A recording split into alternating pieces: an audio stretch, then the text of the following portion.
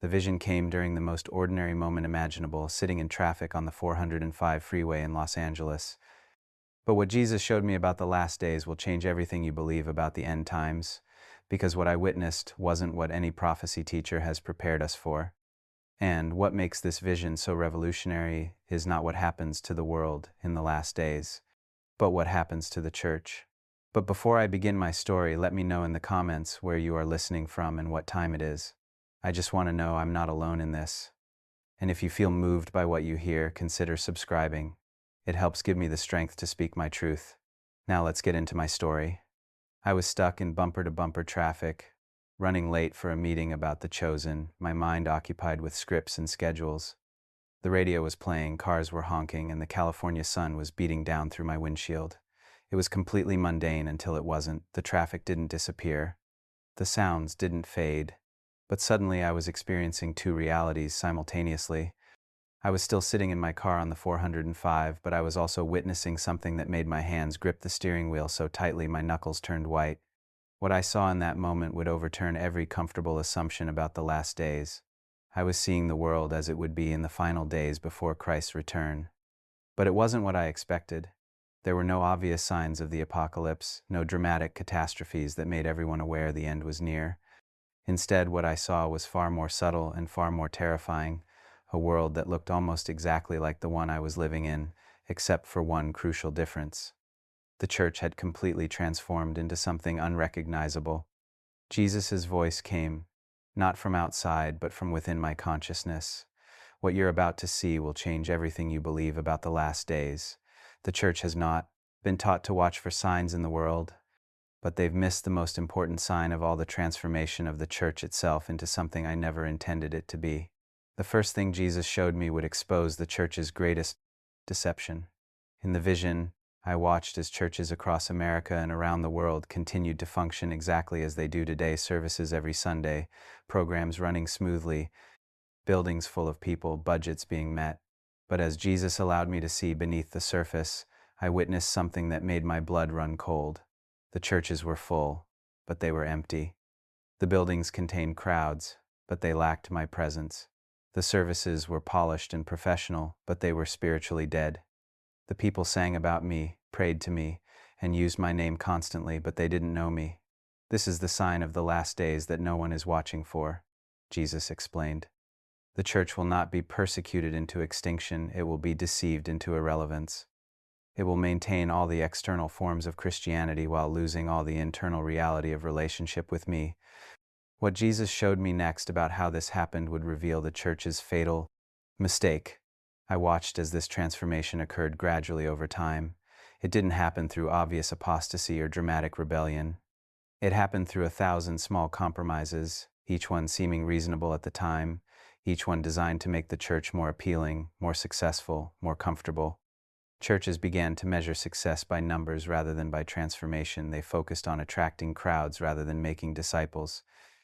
They preached messages that made people feel good rather than messages that made people holy.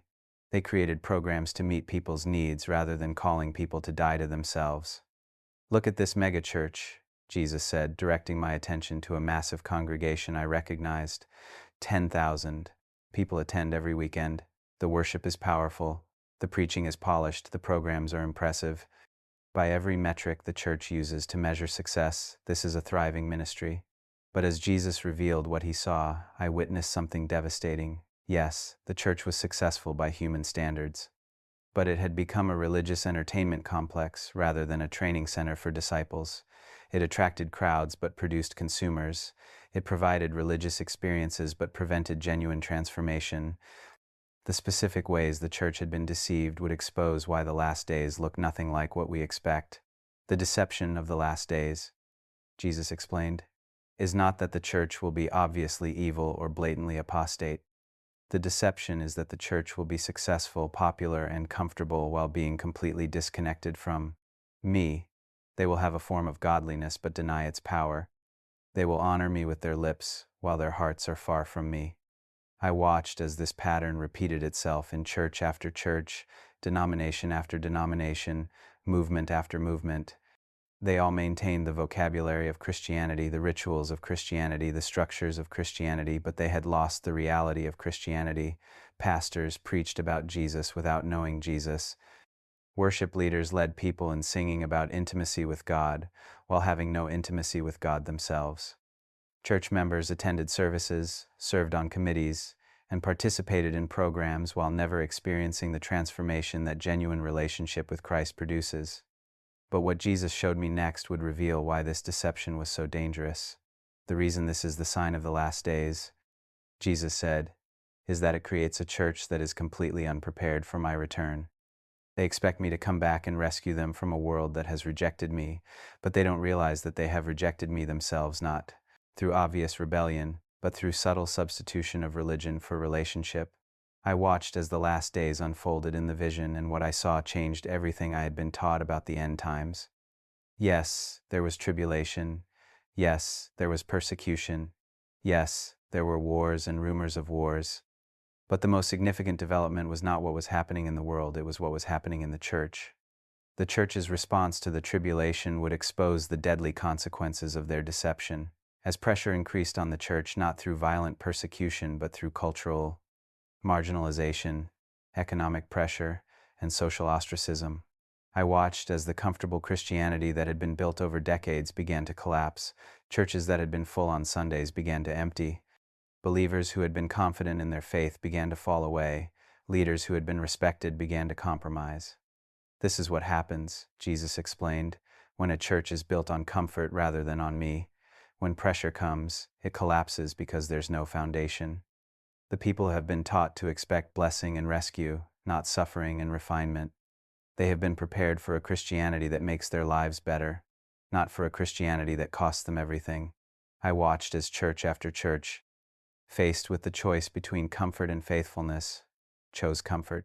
Pastors modified their messages to avoid offense. Churches removed teachings that might cost them members or donations. Believers found ways to maintain their Christian identity while compromising their Christian convictions. But what Jesus showed me next would provide a glimmer of hope in the darkness. But watch, Jesus said, and the vision shifted to show me something different. In the midst of this collapse of comfortable Christianity, I am raising up a remnant, a church within the church that has never been deceived by comfort, that has always pursued genuine relationship with me rather than religious performance. I watched as this remnant became visible in the last days. They had always been there, but they had been hidden among the crowds of comfortable Christians. Now, as pressure separated the genuine from the counterfeit, they began to stand out. These were believers who had never been satisfied with religious activity. They had pursued genuine intimacy with Christ, even when it was uncomfortable. They had chosen transformation over information, relationship over religion, and faithfulness over comfort. And now, in the last days, they were the only ones who remained standing when the pressure came. What Jesus revealed about this remnant would change everything about how we should prepare for the last days. This remnant, Jesus explained, is not defined by denomination, theology, or religious activity. It's defined by one thing: genuine relationship with me. They know my voice. They follow my leading. They have been transformed by my presence. And when the last days come, they will not be surprised or shaken because they have been preparing for reality rather than for a comfortable fantasy. I watched as this remnant navigated the tribulation of the last days with a peace and power that was supernatural. While comfortable Christians were falling away in droves, these believers were standing firm. While religious churches were compromising to survive, these disciples were remaining faithful regardless of the cost. While the visible church was collapsing, the true church was being revealed. The last days, Jesus said, will not destroy the church, they will reveal the church. They will separate those who have genuine relationship with me from those who have only had religious activity. They will expose those who have been transformed from those who have only been informed. As the vision continued, Jesus revealed the most important truth about the last days. The sign you should be watching for, Jesus explained, is not wars or earthquakes or economic collapse. The sign you should be watching for is the transformation of the church from a place of genuine spiritual power into a religious institution that maintains the form of Christianity while denying its reality. And that transformation is already happening. I watched as Jesus showed me the current state of the church, and I realized with horror that the last days had already begun. The deception he had shown me wasn't future, it was present. The comfortable Christianity that would collapse under pressure wasn't coming, it was here. The separation between the genuine and the counterfeit wasn't ahead, it was happening now. Tomorrow night, Jesus would show me the specific ways believers are being deceived in these last days. As the vision began to fade, and I found myself fully back in traffic on the 405 cars still honking, radio still playing, sun still beating down, Jesus spoke one final time. Jonathan, what you've seen is not meant to create fear, it's meant to create awakening. The last days are not primarily about what happens in the world, they're about what happens in the church. And the church is being transformed right now into something that looks like Christianity but lacks its power, maintains its form but denies its reality. Tomorrow night, he continued, I will show you the specific deceptions that are transforming the church in these last days, and how believers can recognize whether they are part of the comfortable Christianity that will collapse or part of the remnant that will stand firm. And then I was alone in my car, but everything had changed. The comfortable assumptions about the last days lay in ruins around me. According to Jesus, the most important sign of the end times wasn't happening in the world, it was happening in the church. And that transformation was already underway. The question that haunted me as traffic finally began to move was simple but terrifying. If the last days are about the church being transformed into comfortable Christianity that will collapse under pressure, how many believers are already deceived? And more importantly, was I part of the problem or part of the remnant? That answer would come tomorrow night. The second night brought revelations that exposed the specific ways the church is being deceived in these last days. After witnessing the transformation of Christianity into a comfortable religion that would collapse under pressure, I spent the entire day unable to shake the weight of what I had seen, wondering how the deception had become so widespread without anyone noticing. But what Jesus would show me about the specific deceptions would prove that the transformation isn't accidental, it's been carefully orchestrated to look like spiritual growth while actually being spiritual. Death. I didn't sleep that night. How could I, after seeing the church as Jesus sees it, full of activity but empty of his presence, maintaining the form of Christianity while denying its power? At exactly 2:22 a.m., I noticed the time because of its repetition, my bedroom filled with that overwhelming presence that had become both familiar and terrifying. Jesus stood before me, his expression carrying a grief so profound it seemed to encompass the sorrow of watching his bride transform herself into something unrecognizable. Tonight, he said, his voice heavy with divine anguish, I will show you the specific deceptions that are transforming my church in these last days. These deceptions are so subtle that most believers don't recognize them as deceptions at all. They mistake them for spiritual maturity. The first deception Jesus revealed would immediately expose why the church has lost its power. The room dissolved, and I found myself observing churches across America and around the world. But Jesus was showing me something I had never seen before, the gap between what churches claimed to believe and what they actually practiced. The first deception, Jesus said, is what I call the gospel of self-improvement. The church has transformed my gospel from a message about dying to self into a message about improving yourself. They preach about becoming a better you, rather than becoming a new creation. I watched as this deception played out in church after church. Sermons that sounded biblical on the surface but were actually focused on helping people achieve their dreams, improve their relationships, succeed in their careers, and live their best life now. The vocabulary was Christian, but the message was self-help. What Jesus showed me about a specific megachurch would reveal how widespread this deception had become. Look at this pastor, Jesus said, directing my attention to a preacher I recognized from television. Every week he stands before thousands and preaches what he calls the gospel. But listen to what he's actually saying. I listened as the pastor delivered a message about God's plan for people's success, about how faith could unlock their potential, about how Jesus wanted them to prosper and achieve their dreams. The congregation responded enthusiastically, taking notes, nodding in agreement, clearly inspired by the message. But as Jesus revealed what he saw, I witnessed something devastating. The pastor was preaching a gospel that required no death to self, no taking up of the cross, no losing your life to find it. He was offering people a Jesus who existed to help them achieve their goals rather than a Jesus who called them to surrender their goals for his purposes. This deception, Jesus explained, is deadly because it feels like good news. People love hearing that I want to help them succeed, that I want to bless their plans, that I want to make their lives better. But it's not the gospel, it's a lie that keeps them focused on themselves while using my name. The second deception would prove even more subtle and dangerous. The second deception, Jesus continued, is what I call the gospel of emotional experience. The church has transformed worship from an encounter with my holiness into a pursuit of emotional feelings. They measure my presence by how they feel rather than by whether they're being transformed. What Jesus showed me next was both revealing and heartbreaking. I watched as churches designed their services to create emotional experiences, the lighting, the music, the atmosphere, everything carefully crafted to produce feelings that people would interpret as God's presence.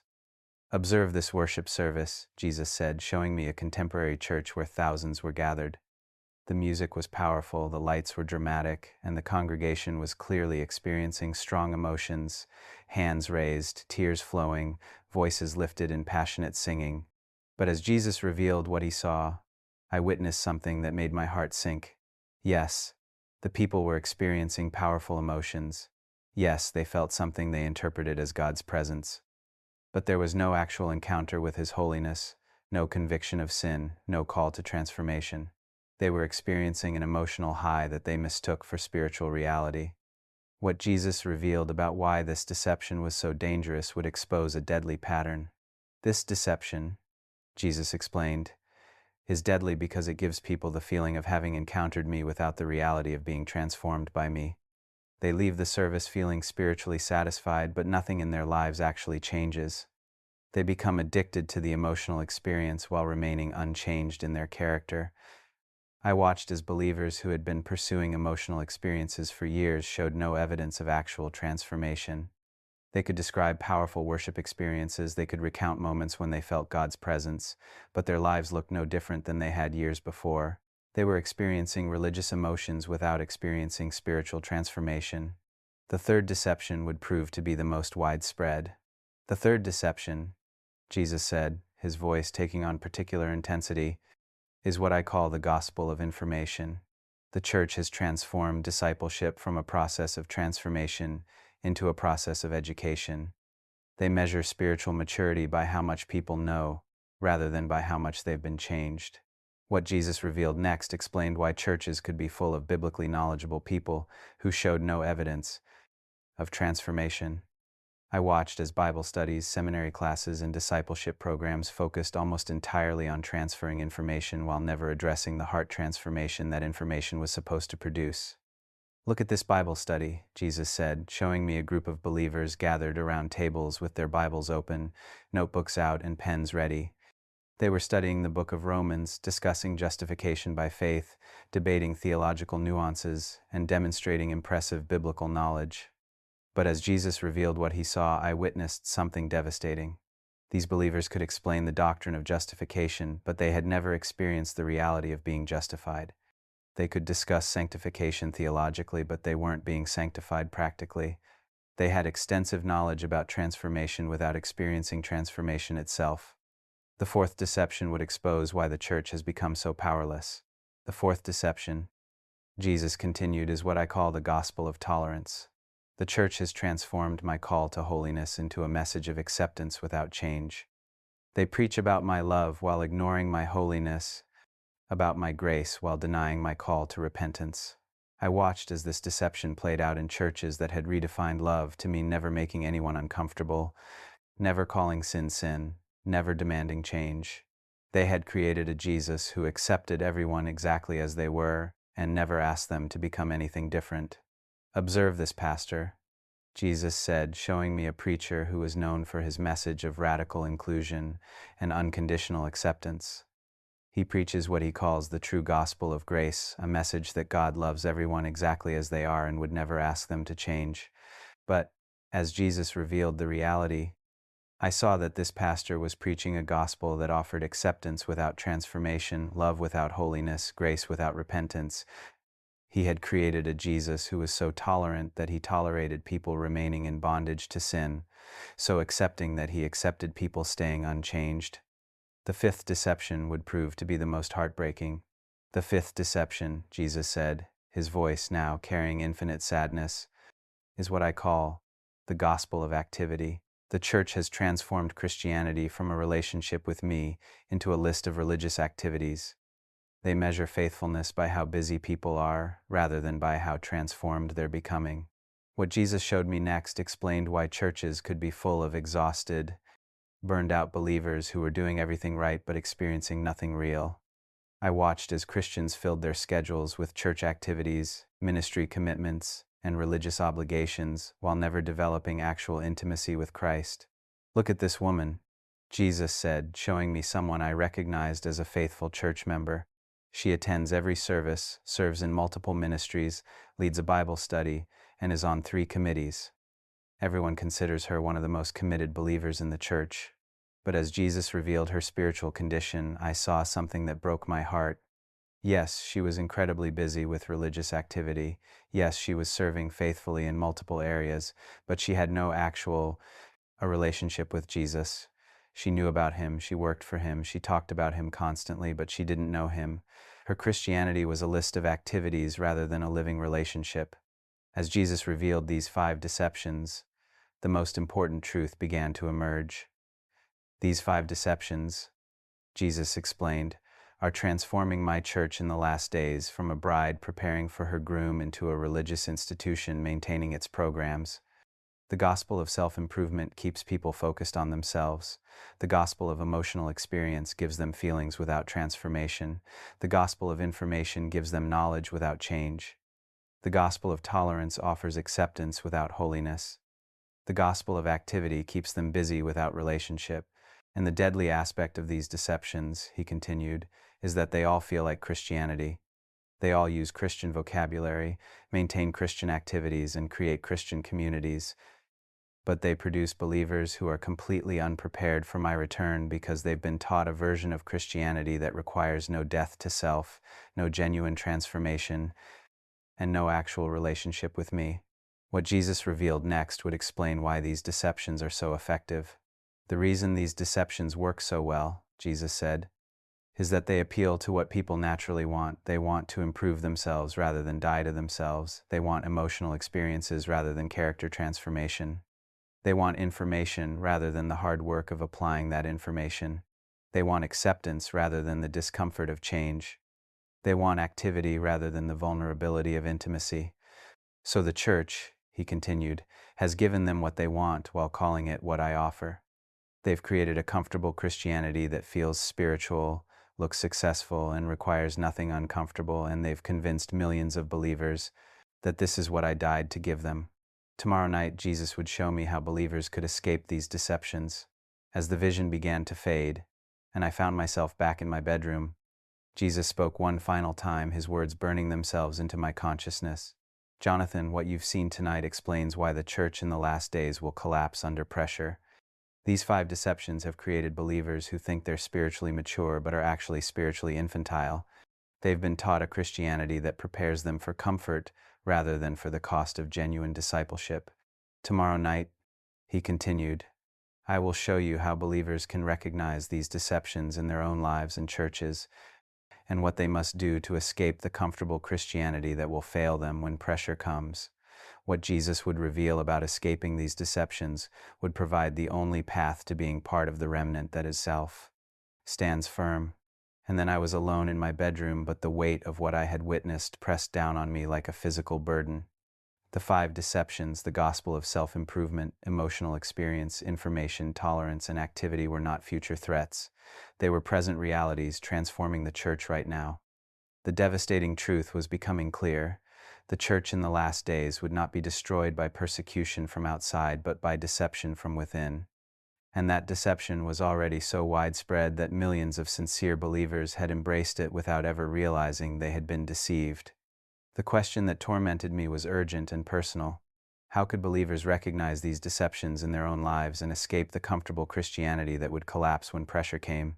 That answer would come tomorrow night. The third night brought the revelation that could save millions from the collapse of comfortable Christianity.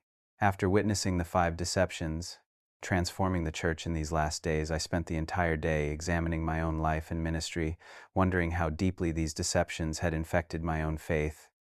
What Jesus would show me about escaping these deceptions would prove both more challenging and more liberating than anything I had ever encountered. But what Jesus revealed about the path to freedom would require believers to abandon everything they thought Christianity was supposed to be. At exactly 2:22 a.m., the same time as the previous night, my bedroom filled with that overwhelming presence. But this time, Jesus's expression was different. The profound grief was still there, but there was also something else, an urgent hope, as if he was about to reveal the solution that could save countless believers from the collapse I had witnessed. "Tonight," he said, his voice carrying both divine authority and infinite compassion, "I will show you how believers can escape the 5 deceptions that are transforming my church. But I warn you, the path to freedom requires abandoning the comfortable Christianity that most believers have built their lives around. It requires choosing reality over comfort, transformation over information, and relationship over religion." The first step Jesus revealed would immediately challenge everything most Christians believe about spiritual growth. The room dissolved, and I found myself observing believers across the world who had begun to recognize the deceptions in their own lives and churches. But what I witnessed wasn't a simple process of learning new information. It was a painful journey of dismantling everything they had built their faith upon. "The first step to escaping deception," Jesus said, "is what I call the crisis of recognition. Believers must be willing to honestly examine their Christianity and recognize that what they've been practicing may not be what I actually taught." This recognition is devastating because it means admitting that years or even decades of religious activity may have been built on deception. I watched as this crisis of recognition occurred in the lives of believers who had been confident in their spiritual maturity. A megachurch pastor who had built his ministry on the gospel of self-improvement suddenly confronted the reality that he had been teaching people to improve themselves rather than die to themselves. The recognition was so painful that he wept for days, grieving for all the people he had led astray while thinking he was serving God. What Jesus showed me about one specific believer would reveal why this recognition was so difficult. "Look at this woman," Jesus said, directing my attention to someone I recognized as a longtime church member and Bible study leader. For 30 years, she has been one of the most active, committed believers in her church. She attends every service, serves in multiple ministries, and is respected by everyone who knows her. But as Jesus revealed what was happening in her heart, I watched as she began to recognize that her entire Christian life had been built on the gospel of activity. She had been so busy doing things for God that she had never developed an actual relationship with God. The recognition was devastating: 30 years of faithful service, and she had never truly known the one she claimed to serve.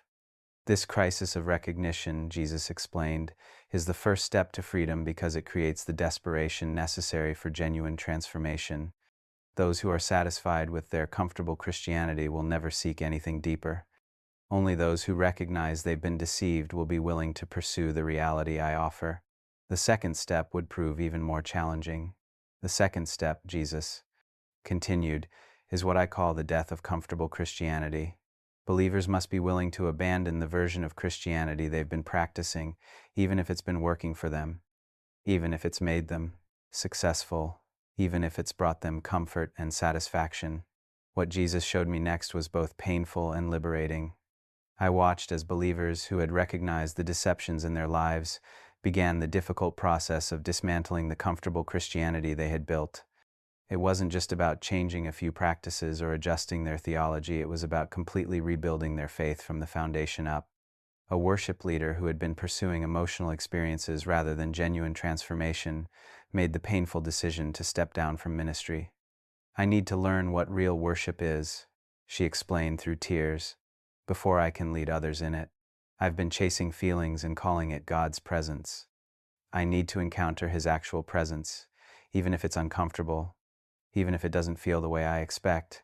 What Jesus revealed about why this death was necessary would expose the cost of genuine discipleship. "The death of comfortable Christianity," Jesus explained, "is necessary because you cannot build genuine faith on a foundation of deception. You cannot add reality to fantasy and expect it to work.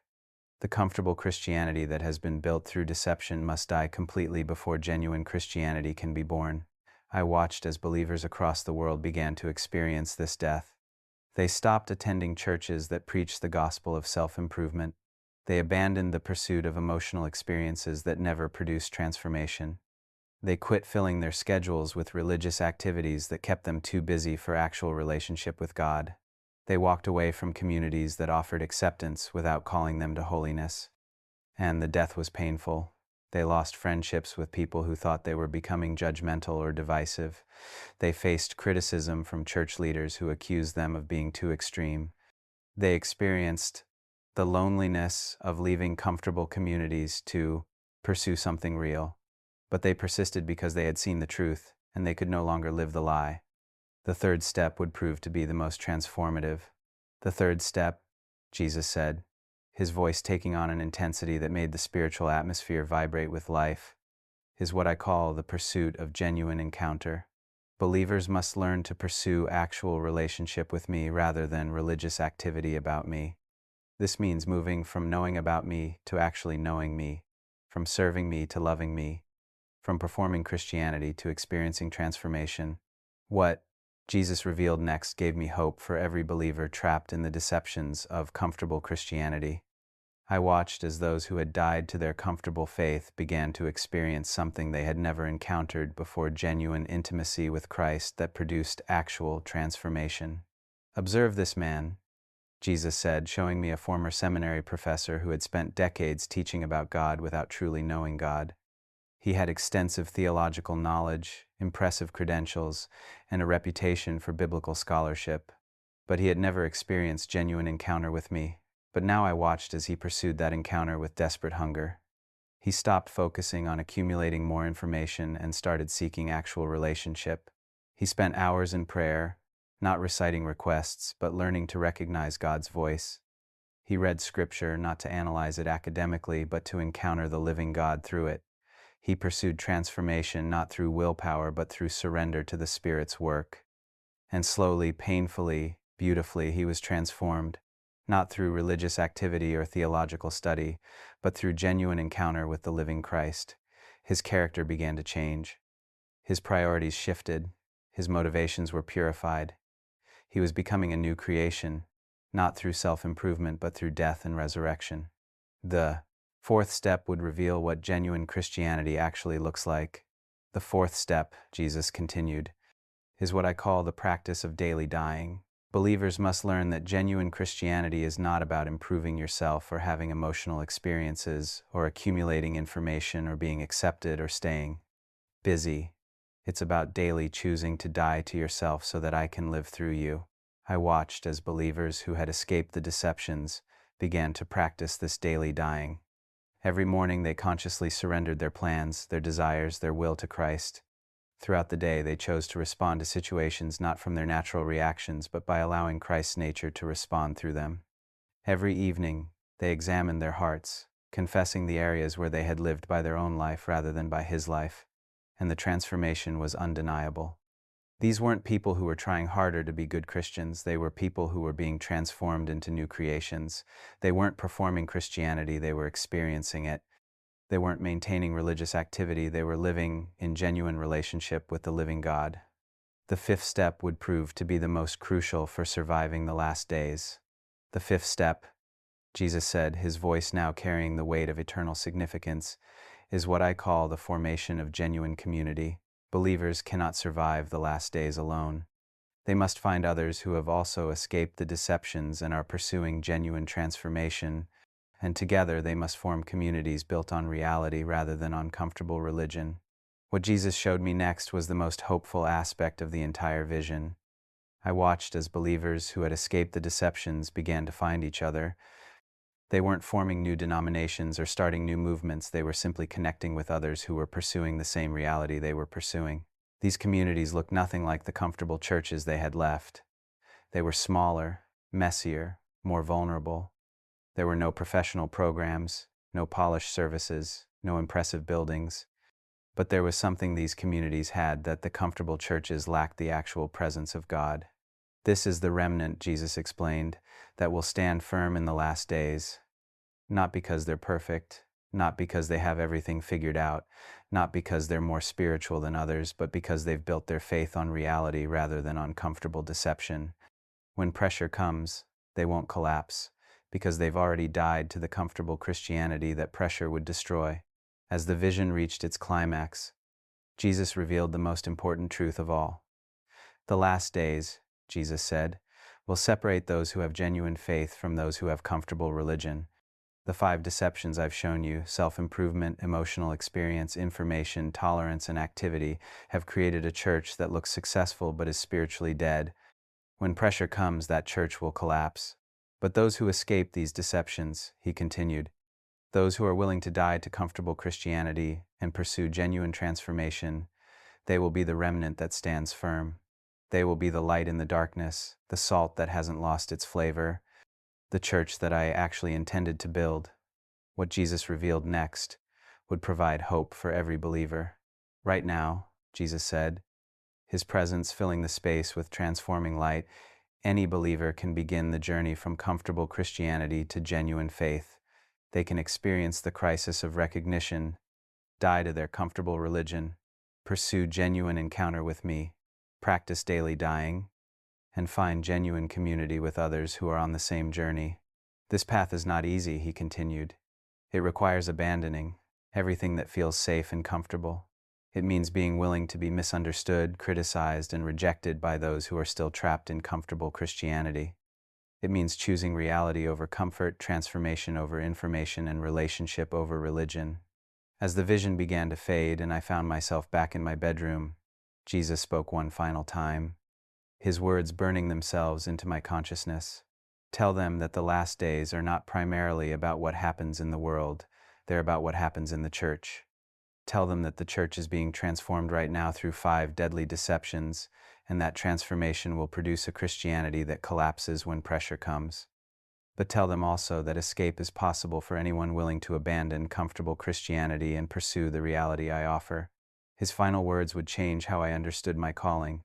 The vision I've given you, Jesus said, is not meant to create despair, it's meant to create awakening.